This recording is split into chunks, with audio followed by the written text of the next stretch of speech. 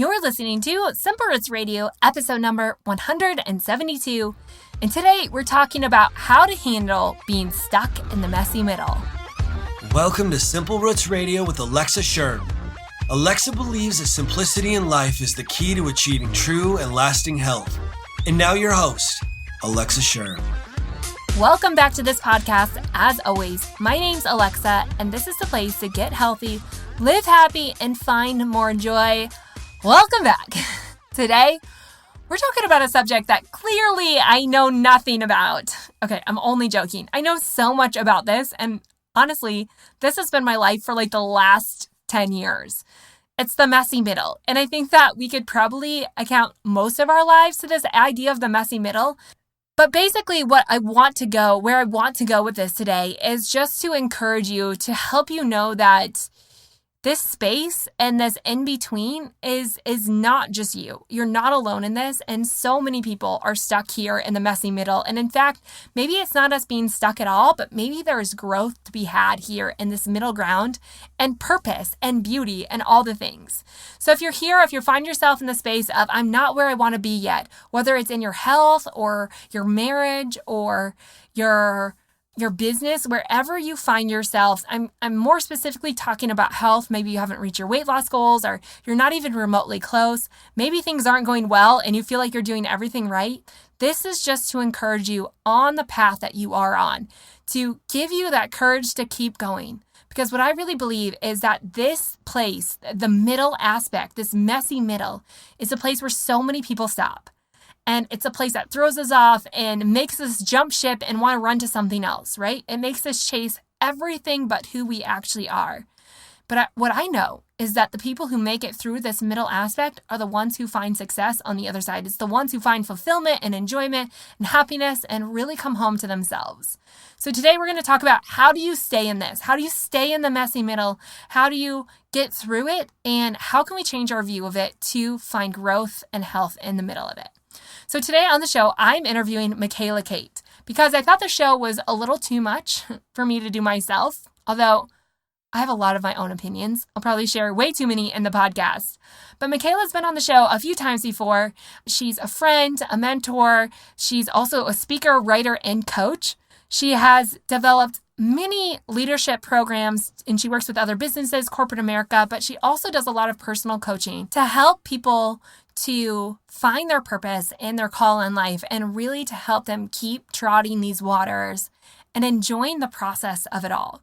So Michaela is going to be on the show today. I'm going to be asking her questions about the messy middle, how she views the messy middle, what are some things that we can do to stay in it, to not be scared off by it, and really come to find ourselves in the process of it.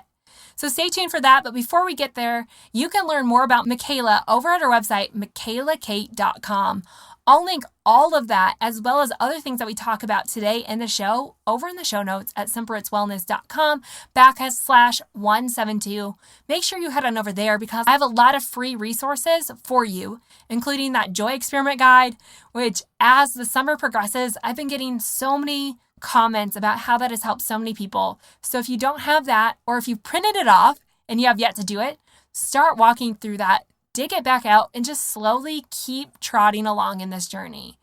Other things that I have over there is you can sign up for my free email list where I share so much more about my own story and my own walk in this journey.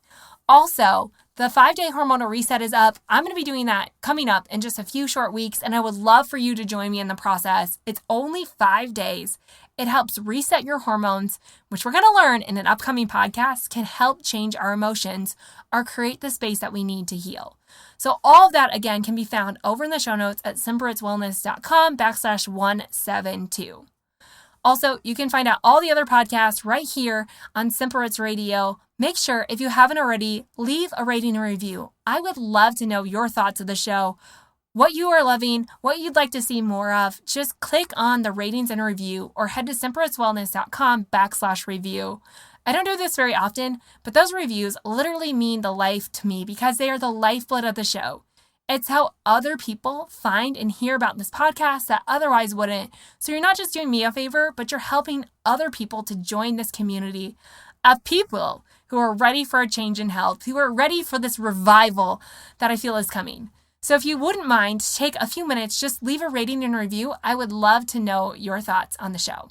Okay, but for now, let's get right to the show and welcome Michaela.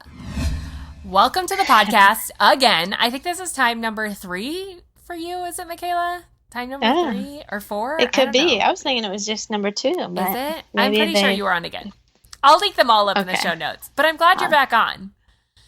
Me too. And it's always a joy. Right? And I brought you a tough subject to talk about. But I kind of wanted to have a dialogue about it. And I was joking with you right before the show that you know nothing about the messy middle, as do I. And so this is going to be a really tough podcast. Right. No, actually, Michaela and I... like every conversation we have. I know, right? We talk all the time about the quote-unquote messy middle. And I just want you to maybe define what the messy middle is. I mean, I think we all kind of get the understanding of what it is, but in the scope of how people view the messy middle, I think that there's a lot of terminology for it. But how would you define that space of the messy middle?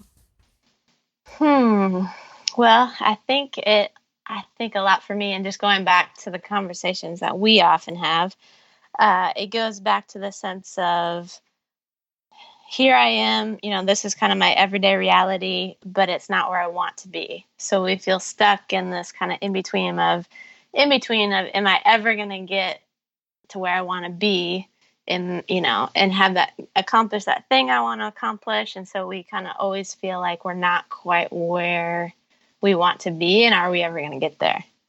I think is what, as I think about this messy middle, for me anyway, that's what kind of resonates and comes to mind, I guess, for definition's sake anyway. Right.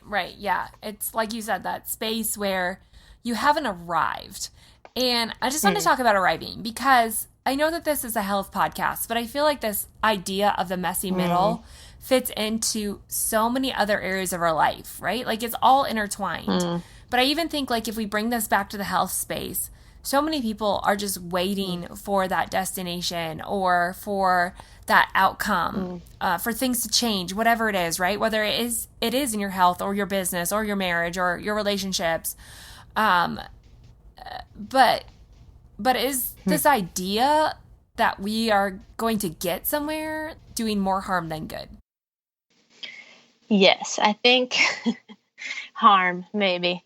And especially, I think especially thinking of, so many conversations we've had, and they all kind of go back to, it seems for us, and definitely following your podcast, is this, just that one word of your mindset and how you view and your perspective of where you're at in your journey and even the things that you want to accomplish and your purpose. It's like, man, what if we just threw out the whole concept of, we're headed towards a destination and a journey and this big purpose, over here, but really, in fact, that we're actually standing in our purpose today. And this is just a part of the journey.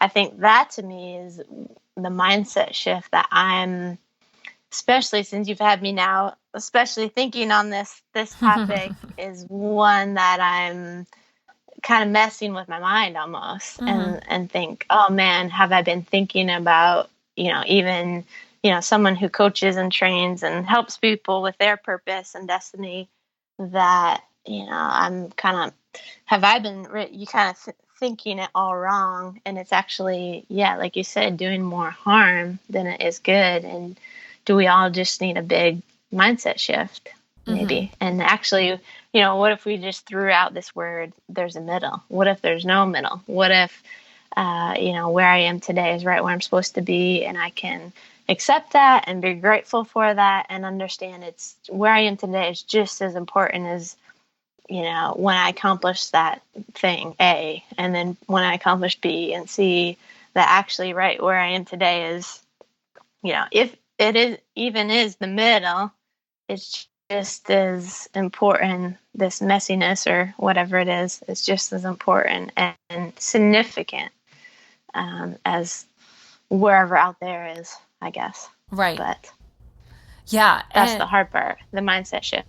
Right. And I like the viewpoint change of like, maybe if we just take out the view that there is a middle and this is right where we're supposed to be, which is so hard to grasp. And I think that I come inside, and I've thought a lot about this because I feel like no amount of me rushing things ever gets me anywhere.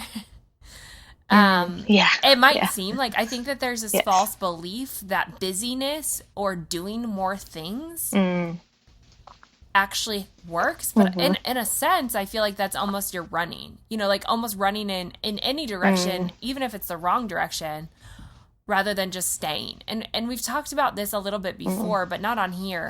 Like the concept of what happens if we just stay in it. But that's a hard thing to grasp. So like, how do you get someone to stay? That's like a loaded question, I know. But like, yes. But like, how do you get someone, like even in your coaching, to be present enough to just be here? Or is there like, why are we so scared of being here? Maybe that's the best question, of like just understanding why we don't want to be here. Like, why do we want something else so much more than what we have now? Right. Well, and I think too, it all encompasses, even kind of pre this call, I was kind of thinking deeper on this topic, obviously, and I kept coming back to like the same things that we hear all the time, that are, how do you stay present? How do you stay mindful? How do you, have this mindset that where I am today is, right where I'm supposed to be, and I actually don't need to, do a million things every day. Sure, I need to work hard and do that, but to be fully present. And I just kept coming back to, I think of just, all the things I've read and researched, but then also in the books you read, but then also just knowing what's true for my life is the ability to stay continually grateful for today. So the more I do that, the more I find I'm able to be present. The more I'm able to enjoy where I am, be grateful for where I am. But then I think also a big part of that I was realizing was how can I be proud of like what I've done? Because I think especially being an entrepreneur, there's always more. It's hard not to go to bed and feel like you haven't done enough. And so that's probably with anything or anyone. It's hard. Your to-do list can never be big enough, and you can never get enough done. And it kind of goes back to that whole thing of, am I enough? Have I done enough? But when I'm able to be grateful for what I've done, be proud of what I've done, and not just think, I need to be doing more and more and more and more. It allows me to be in more a state of, present mindfulness, but also just peace, which I think at the end of the day, I know for me, the older I get, the more I'm like, maybe I'll accomplish my purpose, maybe I won't, but man, I just want peace. Right. I just want to go to bed and be happy, and it's all connected, all of it. But I don't know if that even answered your question now that I'm rambling, but yeah. I mean, it brought up a thought in my head, and I'm just putting pieces together, possibly. But this idea of being in the middle, like you said, there has to be a gratitude about being content. Like that's a practice of gratitude, which it's got to be just honestly one of the hardest things. Like if I read nothing else in the health literature and just in science in general, it really comes back to people who are the most grateful are the most healthy in every aspect of their life. Like there is such a healing power of gratitude because I think it's the best way to change our mindset. Now, don't get me wrong. This is extremely hard. And maybe I'm just throwing this out there. What if this idea of the messy middle, of this constant need to chase, is actually just us having our own identity crisis? Like, like sometimes I'm like, maybe it's just me not being me. Like it's me not knowing who I am. Like sometimes I'm like, I can't celebrate the little things because I don't trust in myself enough, or I don't like myself enough, or, like all those little things. Like sometimes I'm like, man, I have so much to be grateful for, but at the same time, I can't be grateful for me. And that's like maybe a selfish way to look at it. But at the same time, maybe we don't factor ourselves into the equation enough to view the messy middle in any other way but mess, you know? I don't know. Yeah, right. Like, do you think there could be like an identity crisis with this? Oh, yeah. Definitely. And I think, I mean, you know, and we talk about this a lot too. Just that kind of going back to that concept of who you are and your identity. And I think when it comes down to it, at the very root is that sense of, am I enough? Do I feel like I'm enough? And, you know, probably, you know, if I had to challenge us both here, you know, if we had such a deep sense that we were enough, would we even be having this conversation? Right. You know, really challenge us. Because, you know, we probably would then have a lot more gratefulness and sense of, man, I don't need to go, more, you know, push. You know, sure, we'd be productive in a day and go after things. But probably not to the sense that it would cause the identity crisis, or any crisis for that matter. Mm-hmm. Mm-hmm. And I think, and just to touch on, I think, oh man, absolutely do I see such a connection, especially when I go out and do leadership training with businesses and employees. Do I see such a connection with the individual and how they're doing and how they're interacting with their coworkers? And I mean, literally, it was, I'm doing a one-on-one coaching with someone, just started because she's been having such physical kind of ailments in her body. But if you look at her relationships with her coworkers, it's a mess, you know, and I can see such a correlation of the stress on her body with the stress in those relationships. And so I see that more and more, how health, you know, with life and health and, you know, how you process life really does affect your health in the body. And, you know, it's all connected. Right. So I think it is really, really important. But right. Again, goes back to the mindset. Right. How do you come back to a place that you can find yourself? And you've done this work. And honestly, I started this work with you about kind of owning your purpose and knowing what that is. And I think it's an area that a lot of us can skip. I mean, I think that there's a lot of talk about it today, you know, like you need to do whatever you want to do and to live your purpose. And I think it's this big idea, but when you actually start to put that into practice, there's a lot of pain that can come with that and discomfort when you like really start to uncover that. So I think the work that it takes to do that is hard, but we kind of did this years ago. I mean, it's been a long time ago. It seems like probably even longer than I think. But what are some steps that you can help someone to like really start to understand who they are? Cool. It's a loaded question. It feels loaded. I like to ask loaded questions. Yeah. How long do we have again? Yeah. I think just kind of starting with the mindset, I think because that is such a big thing, to kind of homework number one would be really pay attention to the thoughts you think about yourself in a day. And so, you know, are you someone who suffers with, you know, anxiety? Are you someone who, you know, suffers, because oftentimes that can be actually the outward symptoms that can lead you to what truly the thoughts are that you're thinking, because kind of goes, we have our mindset produces emotions, you know, from those emotions it produces an attitude, from the attitude behavior, from the behavior we get our results. And so we so often focus on the outward and the behavior is the results, when really the underlying root is our mindset. What are you thinking about yourself? What are you thinking about your coworkers, your situation, your job, your life? And so the more that you can really do, to me, this is like homework that's hard, because it takes internal processing work to change a mindset is hard. It's not that it can't be done, but it is hard, especially if it's a thought you've had even just subconsciously for years. To be able to address that is a big thing. So I think that is a very important thing you want to tackle.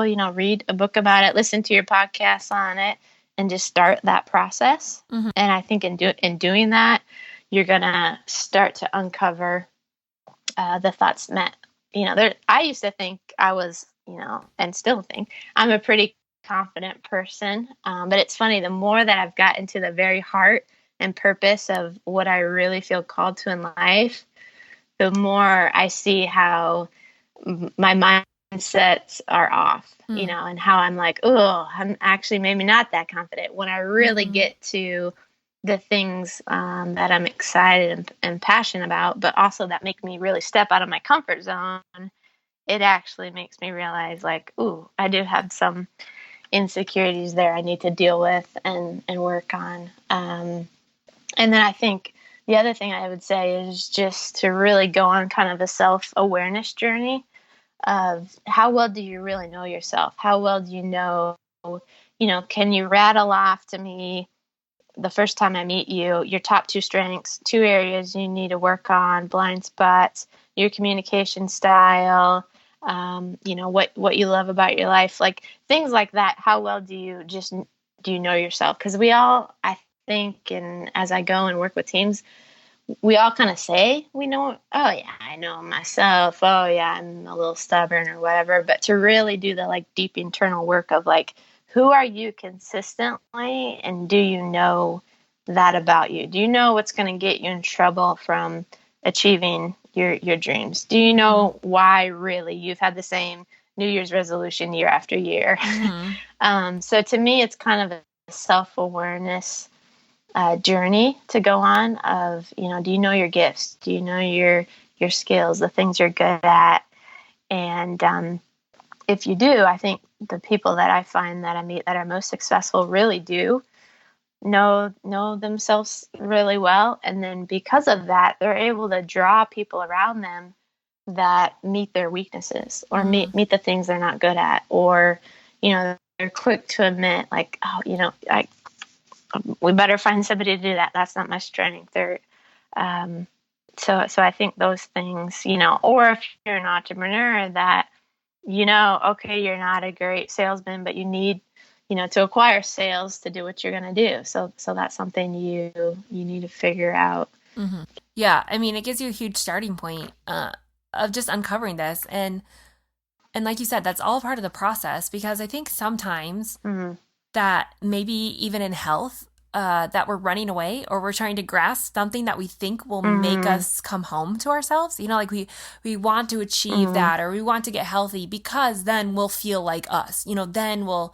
become happier. Like we want a solution to fix what can only be fixed by internal work, right? Like we think something external is going to fix what's internal. And I just think that that's a backwards approach. And too often I see people achieve their goals only to work for something else. And I do this too, maybe not even in health, but it's never enough, right? Because we want something outside to fix only what we can fix on the inside.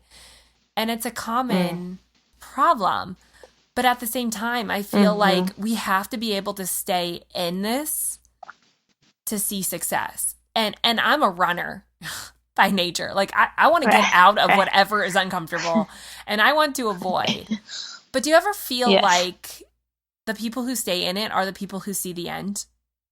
Or whatever the end is, maybe it's not even the end, but find what they're looking for in an external thing, like in their everyday life. Mm-hmm. Like, do you think we have to actually sit in it? Tell me no. I think think like most of our conversations go, you already know the answer.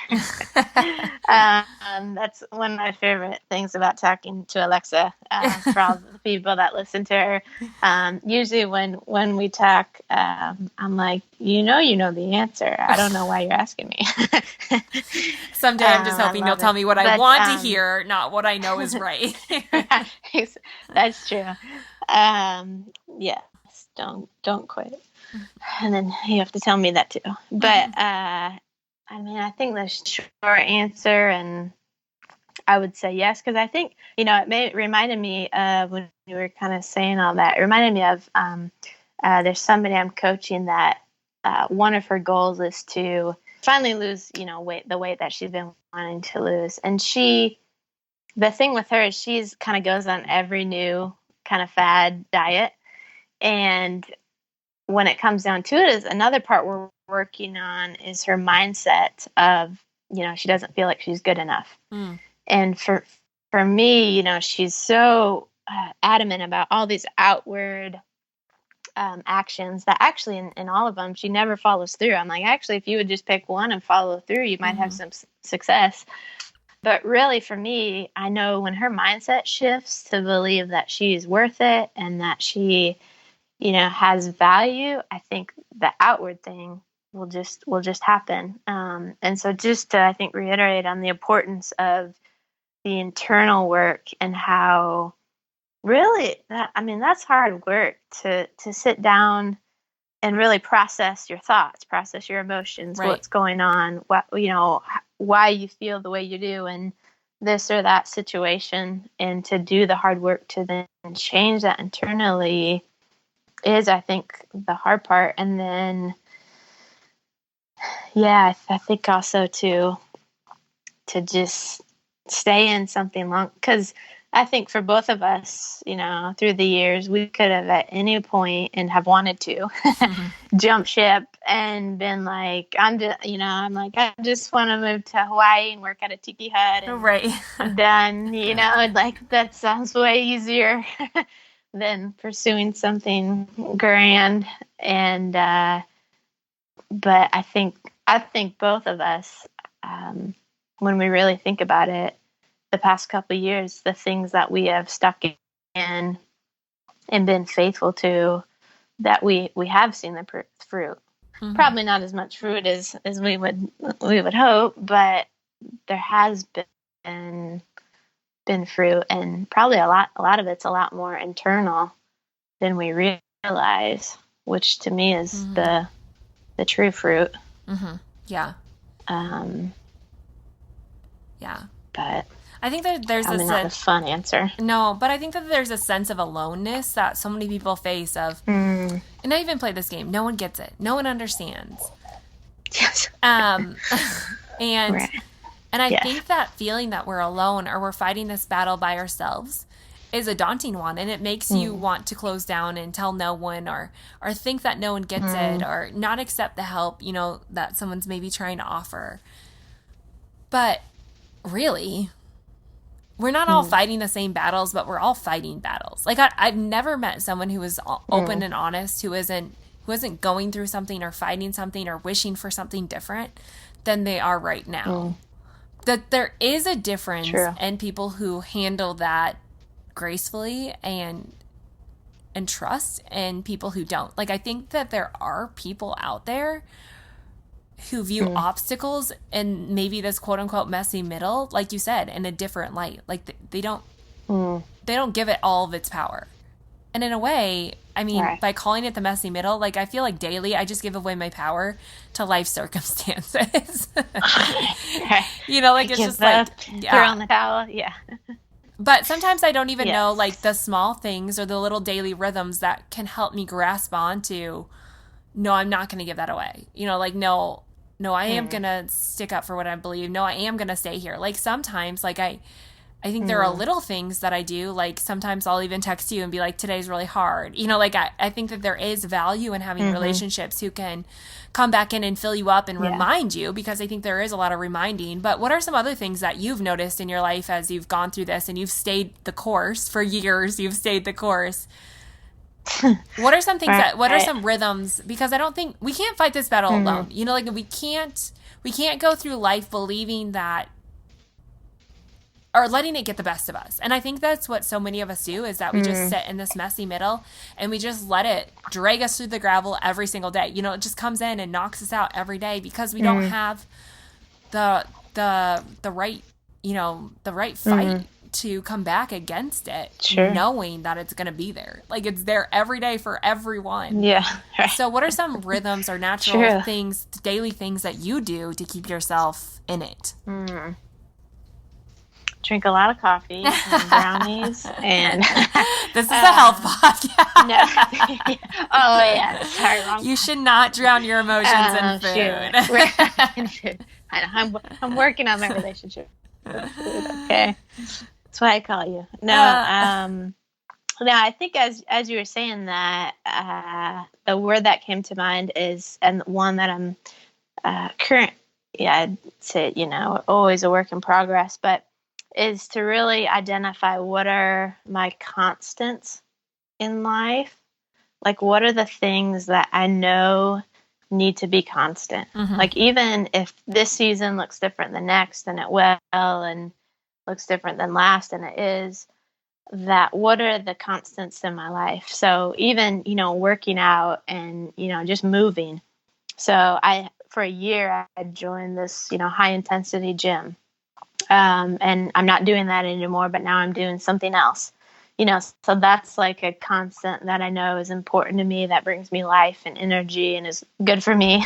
You know, there's friendships that I have identified that are my constants, right? People that are consistent, that, you know, that I know I'm not alone. And it's funny because even as I get older, when I think about those constant friendships, they, for the most part, none of us are really in the same season-ish of life, but yet, you know, they're people that, like you say, we understand, hey, I'm fighting, she's fighting. Yes, it looks different, but, you know, we're kind of in it together. So, and I think I think that's just a good question. What other constants are in your life that, in you know, good seasons, bad seasons, hard seasons, need to be there, that just bring you life.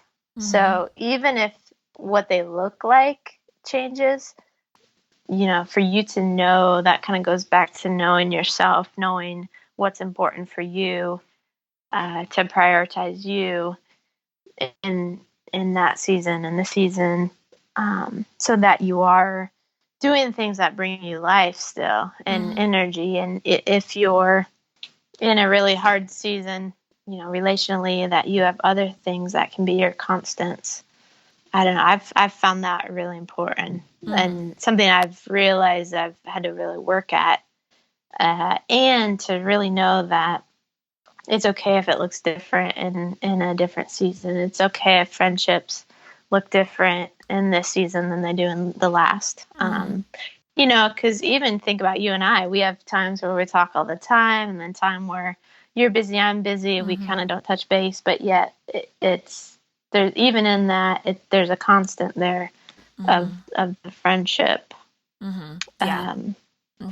And I think, you know, going back to that alone thing, I think that's a big thing that, I mean, I think we all can struggle with at times of feeling that. I mean, I literally had the conversation with someone this morning that we've often had of like, oh, it's just so good to talk to somebody who gets it, you know, that kind of, and she said the same thing. She's like-minded, you know, person. And so to encourage people out there, no, kind of whatever, you know, industry or field you're in, you know, pray or search really hard to find, even if it's just one person that kind of can connect you, is really helpful. Because, you know, I don't have a ton of other entrepreneurs, but to have even a couple that get the grind of it is, you know, very helpful. Yeah. And I like that constant. I don't think that there's very many things in life anymore that are consistent.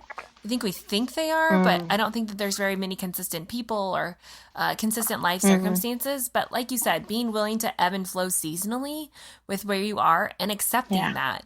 One thing that I have found that's been really damaging to me, but I do it and I'm learning on not doing it, is that when I'm having a bad day is not pulling other people down to my level. And I think this can look like a lot of things, but like with Peyton, my husband, like trying to tear him apart or bring him down to the pain that I'm feeling, or in other situations, not supporting other people, you know, like feeling more envious and judgmental about people on social media and like having that bad perspective. But like you said, like if we're in it alone and we're not vulnerable to the feelings that we're having, I think that there is that level of like, oh, we just tear each other down, which only snowballs the situation, I feel like, exponentially, as opposed to building each other back up, knowing that we're all in this game. I don't want to say game, but we're all in this life together, you know, this same, the same perspective. But at the same time, that takes work, you know, like I think that again takes knowing yourself enough and also maybe even more is trusting enough that there is greater purpose in this. And I think it goes back to like the very first statement you said that when you take out the messy middle, like maybe if we stop calling it the middle and just recognizing that we are here for a reason on purpose and this is the exact place that we are supposed to be. This is something I've had to wrestle really through a lot. And it's so simple and so basic. And that's why I love the idea about it, right? Just like gratitude is so simple and so basic that you would think that we would just do it.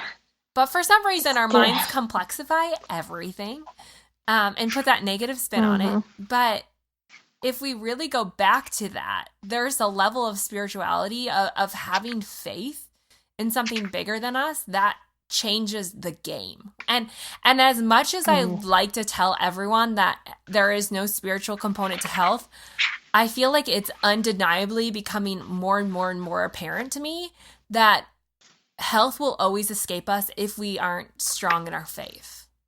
Because you have to have something to lean on. You have to have something to stand on. And I think without that, then we're always kind of wobbling. But what have you found with that? Like, what is that spiritual aspect when it comes to life? Yeah, I mean, I think all of that I agree with absolutely. And I think a big thing I heard recently was like you have to have a hope outside of yourself. There has to be, you know, a trust beyond, you know, even just your circumstances. Otherwise, you're always be tossed and turned by every situation and be on a forever roller coaster.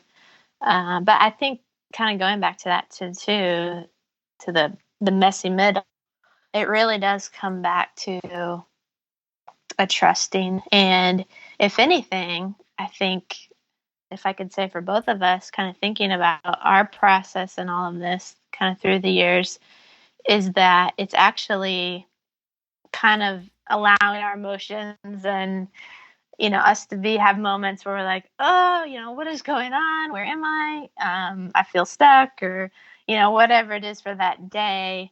It's actually caused us to be even more rooted. Well, one, and just kind of trust in him, you know, but also rooted in what we're, you know, doing and our purpose, because it causes us to question and be like, wait, is this where I'm supposed to be going? Is this? And it actually gives us greater, you know, in my opinion, greater kind of confidence and resolve to be like, yes, you know what? It stinks right now. I don't even like where I'm at, but I know it's right where I'm supposed to be. And so I think that, but absolutely that trust and to have a hope in something that even, you know, we've kind of talked about this, that it's not all on our shoulders, right? That we don't have to do it all. Yes, we, you know, have a part to play, but every day things are being orchestrated for our good. That is completely out of our control, that is a great deal of faith and trust and hope. That, yes, again, easier said than done a lot of times. Right. But crucial. But it is, I think it is in the slowing down that we can start to recognize this. Like, I think sometimes we just keep ourselves so busy and we just jump from thing to thing to thing, hoping, wishing, whatever it is, that is going to be our answer, instead of just slowing down enough to recognize that maybe our answer is already here. You know, like, maybe it's already started, and I want to miss it all the time. Like, I really do. Like, I want to miss all the little things waiting for the big thing. But I think we forget that all the little things is what makes the big thing happen, and we can't forget any little thing. And yet this world just tells us bigger is better. You know, like, it has to be noticeable and recognizable for it to matter. And I think that we just miss it. And I do this. I'm preaching to the choir on this one, but even celebrating small little wins seems insignificant. Like, I was challenged to do this not long ago, and I thought it was the lamest reason why I should spend money on anything, you know, to go out to eat or whatever it was. Like, I just couldn't fathom it, because I was like, well, this isn't worthy of that. But I think that is what so often creates my downfall, is that I feel like because I can't recognize any little thing that's happening, any little positive thing, again, the gratitude, then I feel like I'm not worthy for any of this. You know, like, I want to quit because it's too hard and it's suffocating and nothing seems to change. And, you know, all the things that I have to somehow talk myself out of every day. But there are practical things in this space that we should, like you said, having those constants in our life and practicing gratitude and celebrating the small things, even noticing the small things. And one thing that I've been doing lately is just, like, every day, and this is probably an act of gratitude in some way, but just, like, writing down a few things that I notice, like, every day, like, this is a positive in my life, or, like, I saw these changes, because I think I easily forget how, again, things add up and create that change. And I think in health, it's all the little things, you know, like, I preach that all the time, but I think it's in every area of our life. Like, we can't separate these things because it all goes together. So I have a question for you. This statement is one that I wrote down not long ago, and you know more about, like, Brené Brown's work with vulnerability than I do. So I don't even know if I'm remotely close, but I want you to tear apart this statement. Confidence is where vulnerability and trust collide. I'll say it again. Confidence is where vulnerability and trust collide. But the thing about this statement that I can't quite figure out is vulnerability simply trust? Or are they two separate things? I would say separate. Now, I think I need the whole day to think on this one. You're putting me on the spot. I would say off the top of my head, I would say separate. But I think vulnerability, is that something you want to define before I take a stab at?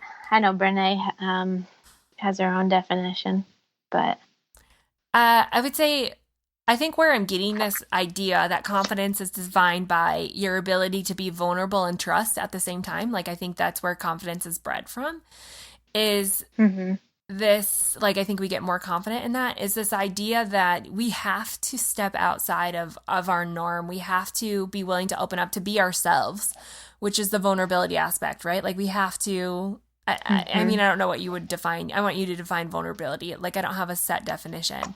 But in order to really be, to continue the vulnerability, we have to trust that there's purpose in it.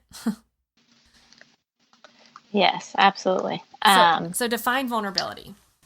Well, I would say I do agree with this statement, first of all, because I think what just not even defining it, but just as I hear about this word vulnerability in general, to me, it does kind of encompass just that level of really almost kind of like fully knowing yourself and being open and honest and real and raw about who you are. So I understand what I'm good at, what I'm bad at, my fears, my my guilt, my shame, my just a rawness, vulnerability about everything that I am. And then I think a trust is in knowing that, can I trust myself now to step out in that? And if I can, I think there's where your confidence is, absolutely. Because you see that the people that are confident and step out in confidence have, to me, what looks like is a great trust in the vulnerability of who they are. And the more, I think, just even thinking about it, the more I've grown confident in what I've done and am doing, does take a huge level of vulnerability and trusting that, well, you're trusting yourself, you're hoping that it's going to be received from, the people around you and the people you encounter. And even if it's not, you're trusting that I'm going to be fully myself. And in that, I have confidence, because I think even in that, confidence to me is there's such a level of loving yourself and believing you're enough. And there's a vulnerability in that, because if I see myself with all my flaws and all my yuck and all my whatever, I can still step out and trust and be confident, even though it's raw and it's real. I don't know. I don't think I answered your question. No. Yeah. That's loaded, though, right there. That's deep stuff, I think. I mean, it's deep stuff. Sometimes I feel like if we just think about things a little bit more, and that sounds really condescending. If we just, and this is where I feel like most of my healing journey has come from just slowing down enough to think. And I think in the thinking outside of all the knowledge that we're getting, because we're getting a lot of knowledge in any given day. And I think it's creating so much overwhelm, so much confusion, and we have so many decisions to make that it becomes so complicated to even understand what is right for you. And I think it's been in the slowing down that's given me space to think about these deep things, that has given me the space to make less decisions, because I just know what's right for me. And I think that this is a work in progress. Like, it's a seasonality thing, like it's going to ebb and flow. But I think in general, I think even when it comes to health, like I really firmly believe that health is not something that we do, but it's who we are. But the only way to make this stuff who we are, I think, is slowing down enough to recognize maybe why we're not doing it. What's so difficult about it? Why does it feel so foreign to us? Why is it not who we are? That we can start to like maybe make sense of how we can make it a piece of us, like a part of us. Like, I don't think anyone's purpose here, I mean, of course, a few of us, right, maybe is speaking on health and all this other stuff. But for the majority of people, like, I think that it's $1 trillion industry, the health industry. And I cannot grasp that health was designed to be a means of our life. Like, it was, of sucking our life, like our money and our time and our energy. Like, it was supposed to be the giver of that. And I just like really desperately want people to get back into this place. And I think when it comes to health, but in everything, it's all intertwined. Like, this idea of the messy middle throws so many people off. Like, I think it's a point of can we get through it? Or do I want to get through it? So I had a question that came up from someone, and I'm just gonna ask you really quickly on here. So how do you keep pushing through when you know it's just a season? Yeah, it's good. Well, kind of going back, I think this has been helpful for me with that question, is understanding that kind of the mindset shift of every season really does have a purpose. And if you think about it, growing up in Iowa, every season had a purpose. You have summer, that is meant for growing, and spring for planting, and fall harvesting, and winter time of rest. And you can get into the really nitty gritty of every season. But one thing that's been helpful for me is to identify what season do I feel like I'm in. And that's an easy way to do it, is just, does it feel like spring, summer, winter, fall?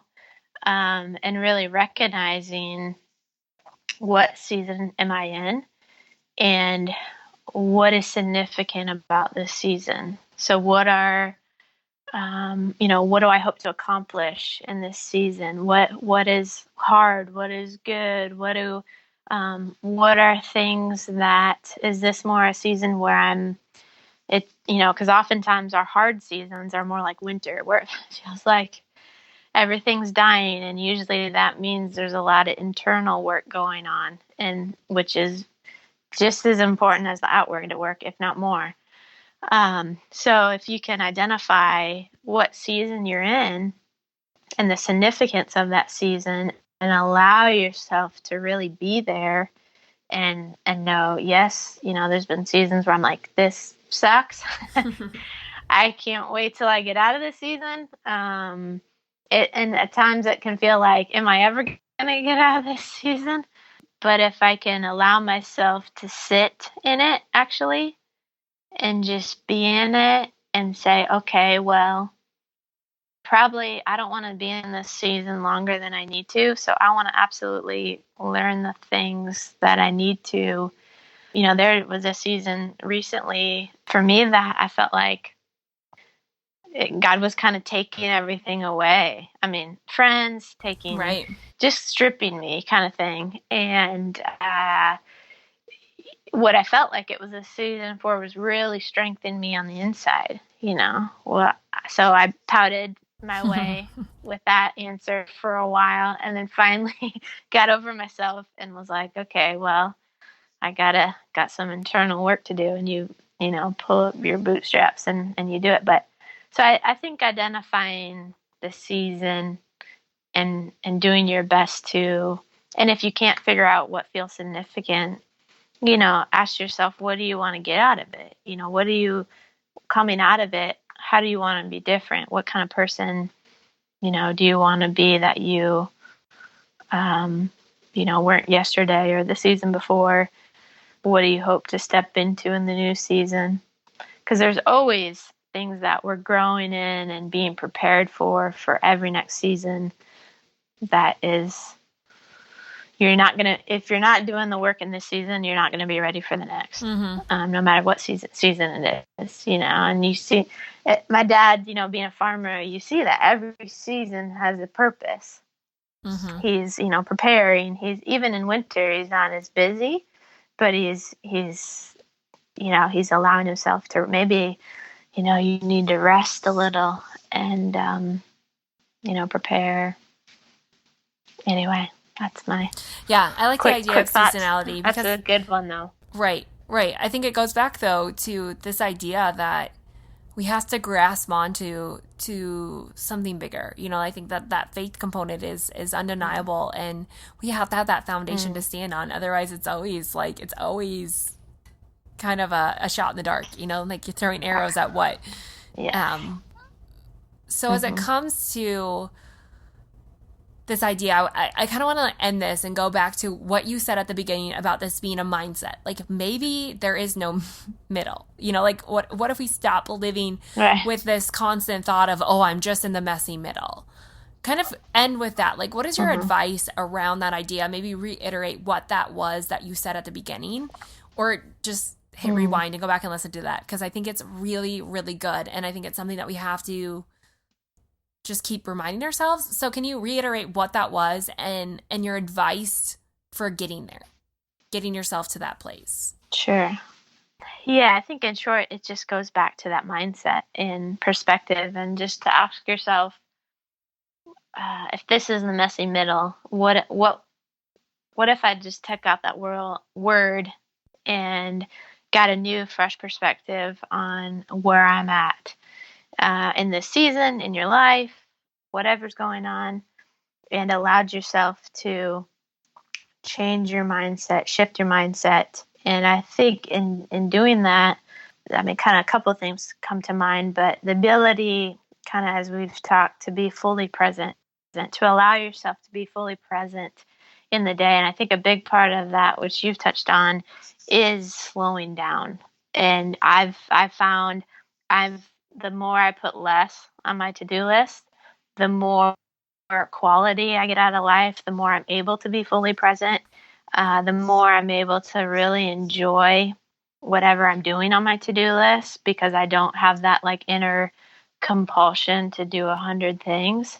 Mm-hmm. And a big part of that too is the gratitude and the grateful. And I know this is like a practical thing that we've all heard a million times, but to be consciously being grateful, whether it's kind of in passing in your thoughts throughout the day, or at night or morning you kind of make your gratitude list. It doesn't even need to be that specific, but I think the biggest thing is just that mindset shift of allowing yourself to kind of take away the things of, even, I know for me, a mindset I've had to wrestle with of I should be further along than I am. Mm-hmm. That's a mindset that I realize creates a behavior of, I always got to be doing more. I always got to be doing more, because my mindset is, Mm-hmm. I should be further along. And actually, I'll read, because it came up, a quote, just kind of end with this, a quote that I came across that was really good, that kind of touched on, kind of encompasses maybe everything we've talked about. But it says, the reason so many of us cannot see the red X that marks the spot is because we are standing on it. The treasure we seek requires no lengthy expedition, no expensive equipment, no superior aptitude or special company. All we lack is the willingness to imagine that we already have everything we need. The only thing missing is our content to be where we are. And that's a quote I keep actually recently have just kept coming back to, because it's that sense of, today I can go to sleep and be grateful for everything I did, everywhere, how far I've come. Like you said, celebrating the wins. It really, I think the mindset is that slowing down, being mindful, because man, there is so much more than ever. We're in a age where we're consumed with information. I mean, books, podcasts, everywhere we're being bombarded. But to allow our space in our mind to really dive in and to have, that kind of constant, even of peace in our mind, is a really, really big thing. So, and that's, to me, is something you have to really consciously work at. Oh, yeah. That is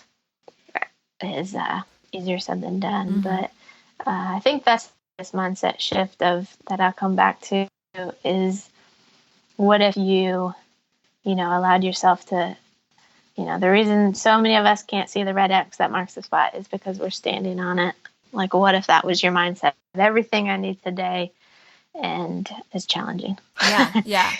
But So, I like preaching to myself on all this. Right. I think the good reminder is how we think is how we act. And you kind of said it in a really great way in that answer. And I can't exactly quote you, but I think it's so true that sometimes our thoughts create our chaos, and which is unnecessary. Yeah, you're right. But it's kind of breaking that down and going back to that. So I really thank you for being on the show and talking about such a deep subject.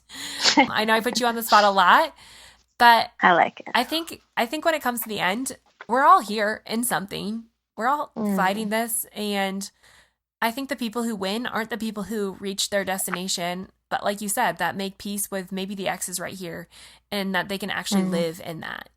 And I think it's that living in that is so hard, the staying, that can be scary. And yet at the same time, I think it's one of the most courageous things that we can do is just be here. And so as we leave this podcast, do you have any great resources, whether it's books or podcasts or blogs or YouTube videos? You're constantly sending me encouraging videos and resources. So what are some of your favorite when it comes to this idea of being here, of changing the mindset, whatever it is? What are some of your favorite resources with that? Sure. Two that come to mind right away are, of course, Brené Brown, because if you're talking about really digging into vulnerability and knowing yourself and, challenging your mindsets, all of her material, I think, is good kind of inner work, thought process, all of her books. Not to interrupt you. To think deeper. Yeah. Yes. But have you watched her Netflix special? Oh, Netflix. I have. Amazing. I liked it a lot. I think it's like, if you're not a big reader, honestly, I thought it was more impactful than even her books for me. I don't know what it was, if it was just seeing her and hearing her stories, but I feel like her Netflix special, is it just called Courage by Brené Brown? I'm not sure what it is, but something like that. If you just type in Brené Brown on Netflix, it's awesome. You'll her books are great. And she has 2 great TED Talks. And then I think I've found a few other videos too, some even just short ones that give you the snippet of what she's going after. And then the other one I'd recommend that just came to mind too, kind of staying on the topic of kind of mindfulness and knowing yourself, is kind of anything out there by Daniel Goleman. So he writes the books on emotional intelligence. Oh, yeah. And he has some really, really good YouTube's videos out there as well that talk about, I think one is, but something about kind of focus and excellence. But there's so much great information in there that, again, he gives great stories and kind of research about this. To me, what it all comes down to is being able to slow down and be living a very kind of mindful, focused life. And so emotional intelligence is a big part of that. If you're able to, because there's kind of 4 parts to emotional intelligence, and the first is self-awareness, and then kind of the others that follow all connect to being mindful and fully present. So those 2, I think, come to mind right away. Do you think in order to just say good resources out there? No, that's great. And then, of course, the Simple Roots Wellness podcast of Alexa Sherman. I mean, we're just breaking the surface here. No. Do you feel like this is just when you talked about focus? Do you feel like in order to be present, we have to have a focus? Like, have you heard that before? I mean, I've never thought about that. Oh, yeah, right. I would say definitely. I think your focus your ability to, or is it just on small things? I think it can be. Yeah, I think it can be. I think,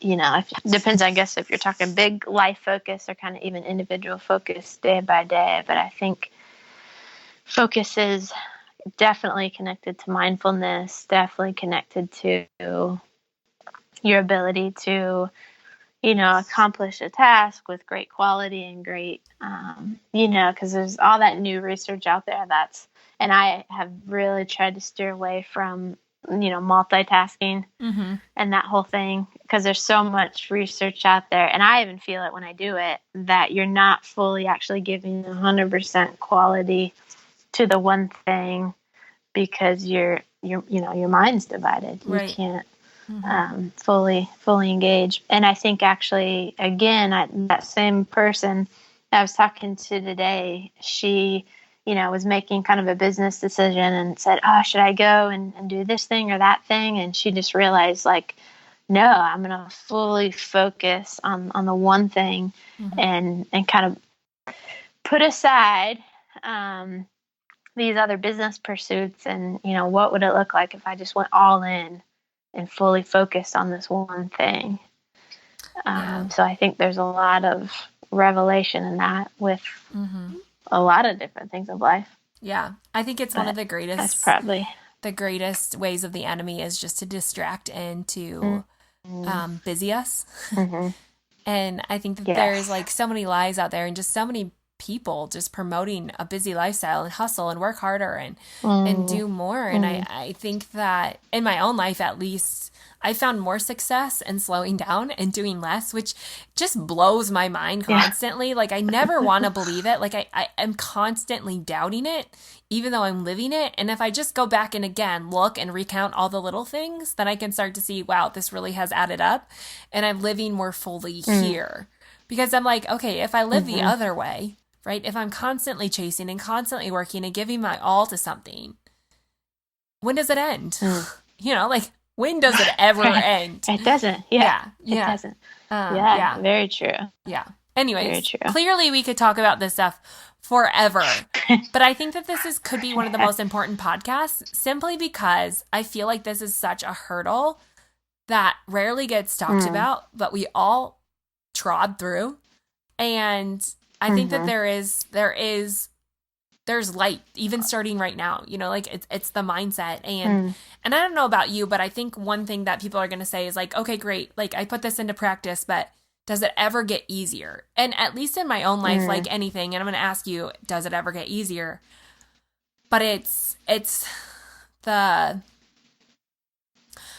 rhythm, right? Like it takes time to create that new rhythm. But the more I get myself into this new rhythm that I just do, like it just becomes part of me, then these things get easier. You know, like I just create rhythms based on things that I know that are going to fill me up and nourish me, as opposed to just fix me. And so I think in time it does, but I never go a day without questioning a little bit if I'm doing enough. But I want to know with you, how have you experienced this? Like as you've walked through this, I know we've both been in this process for a while. Do you feel like it ever gets easier? I think yes, for sure. I think in terms of like the whole, you know, mindset and really working on it, it doesn't mean it's not hard and you're going to have new challenges. But I think, too, even as I've kind of really focused and worked on my mindset, it's almost like an onion. I think like you think you've kind of mastered, you know, one thing, and then a new season comes and you're like, really? I'm still working on that. But I think it just goes deeper. You know, your kind of self-confidence, your trust in yourself, and there's always new, I guess, challenges, new things to work on. But I think like what you said, it does just become a part of who you are. So it gets easier to me in the sense that it's more a part of who I am. And then there's just different challenges that connect to it. So, you know, even kind of going back to this question of, you know, messy in the middle, it kind of goes back to this thing of, you know, mindset in the sense that you realize it's the one thing that is the key foundation that is threaded throughout because we've been working on it for so long, and now it's just a part of who we are that we know without a doubt. We're like, okay, wait a second. What's my mindset in this? What's my perspective? Is that off? Could that be the problem? You know, or could it be my emotions? Am I just too emotional about this? And two, the more that you're kind of self-aware and know yourself, you can kind of go through those things, I think, quicker. In a sense, it gets easier to say, okay, well, you know, example for me, okay, my default is I take care of people too much, and you know, I'm always trying to make sure everybody's okay when I'm maybe drowning. You know, is this a situation where I'm just too involved and I need to step back? You know, so, and I know that about myself. So, you can kind of do that quick. I think in a quicker, easier self-analysis of, okay, what's the underlying root of why I'm having anxiety right now? You know, what's the underlying root of why I haven't slept well the past couple days? And I think it gets easier in the sense of you get to a resolution and solution quicker, easier. Yeah. I mean, I think you definitely feel I say it. that, yes. It doesn't mean it's, roses all the time, but I would say, yeah, I think, I don't know what you'd say, but. Yeah. No, I think I think it's an awareness thing, you know, like it makes you more aware of everything. And it's like, I think Yes. it totally is worth it because you see life more. And like I said, you're able to think about things. I think in the other way, at least for me, I felt so foggy all the time and so confused and chaotic that it was so refreshing just to have mind space, which sounds so crazy, but yeah, just that. Yes. And I think that you can feel that, especially if you're living in awareness. Okay. I'm just continue and continue. But Michaela, I thank you so much for being here and letting me put you on the spot for a while about the subjects. So thanks for being honest with us and vulnerable. Thank you. So Appreciate it. Before you go, tell us where they can learn more about you and what you do. Sure. You can go to michaelakate.com. It's MIKAELA, Kate, KATE.com. For sure, you can reach me at releasingyourvoice@gmail.com if you want to connect further. I'd love to do so. Awesome. Thank you so much for being here, Michaela. I so appreciate it. And this won't be the last time, clearly, because I just keep having you on with these hard subjects. I like it. It's good. Thank you so much. I love it. I mean, I come out of that podcast and I just hope you know that everyone is going through it. And I love Michaela's take that maybe it's our mindset behind it. Like maybe it's not the messy middle that's the problem. It's our idea or our thought that it's messy that's the problem. And I think it's just, again, another thing to slow down and ponder and just to think about. Because in all of this, it's the small things. It's the little everyday motions that are going to matter. And if we miss them, then we are going to miss the big thing, or we're not even going to make it there at the end. So I hope that this podcast leaves you thinking. It leaves you thinking maybe even about the equation that I stated to Michaela, where confidence is simply where trust and vulnerability collide.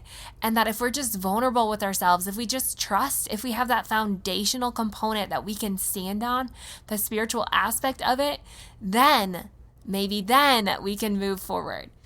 Anyways, there's a lot to think about in there. I know I'm still processing along with you, but I really do want you to know that it's in the daily rhythms where we can start to live more in today, in the present moment. That's where we start to see more success and maybe even view success in a different lens than what we thought before. Maybe we're just more content. We're more like that feeling of at home. And I just have started using that word of like, this just feels like home, because I think it's that in that place of at homeness that we can feel more joyful and more satisfied and fulfilled in all the things. Anyways, I know that this is a health podcast, but I really do believe that while this is mindset focused, she talks some about entrepreneurship, that this applies to every aspect of our life, that there is a middle aspect to it all, or what we view as a middle, and it's just coming to a place of changing our mindset, changing our daily rhythms to be more present, and as we mentioned throughout the whole show, gratitude, the practice of gratitude. Something I need to come back to and just be disciplined about to create that rhythm of gratitude, because I think so often I muster up this story in my mind that is so negative, when if I just open my eyes to the present state, not where I hope to be or where I used to be, but right now, there is so much to be thankful for, even in my health. And it's only here that we're going to create the change to move forward. I hope that was encouraging to you. I hope that it challenges you to think about things, whether it is your spirituality and coming to this understanding of who do you trust in? Whose are you? How do you look at and view love? And also continuing on with those thoughts of how am I viewing this place that I'm in? And what would change if I could see myself right now for who I am? Anyways, I'm going to try and write some more over in the show notes over at simplerootswellness.com/172. So make sure you head on over to the show notes. That's simplerootswellness.com/172 to learn more about today's podcast. I'll give you some questions to start pondering to get yourself back in this place. But like I said, you're not alone here. We're all going through it in some way. And one of the best ways is just to understand and know you, to slow down, to take some space for yourself, to not tear other people down, because that doesn't help anyone. but to just start to understand where you are, and maybe while you're here, that maybe you are standing on the place that you have been wanting to get to. Like, you're gonna miss it if you don't stop and be present where you are. So that's my encouragement to you. Again, make sure you head to the show notes, sign up for my email list. I'm gonna be sharing more about this podcast. And don't forget to come back next week. I have another guest, Amy Van Slanbrook. She's been on the show before, and she's actually going to do a live counseling session on me about healing my inner child. I mean, talk about vulnerability.